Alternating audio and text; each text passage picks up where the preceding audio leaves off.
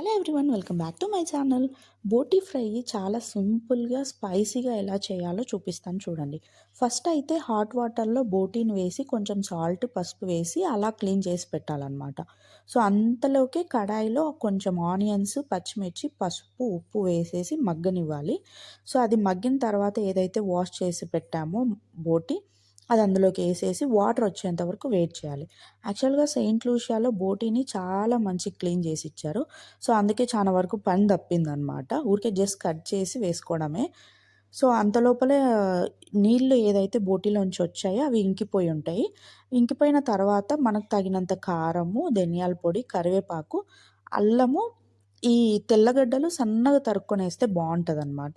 So అలా ముక్కలకి పట్టేంత వరకు కలిపుకొని లాస్ట్‌లో కొత్తిమీర ఏసుకొని సర్వ్ చేసుకోవడమే. యాక్చువల్‌గా మటను చాలా కష్టము ఫ్రెష్‌ది దొరకడం. ఎలా అన్నది నెక్స్ట్ వీడియోస్‌లో చెప్తాను, ఫాలో చేయండి.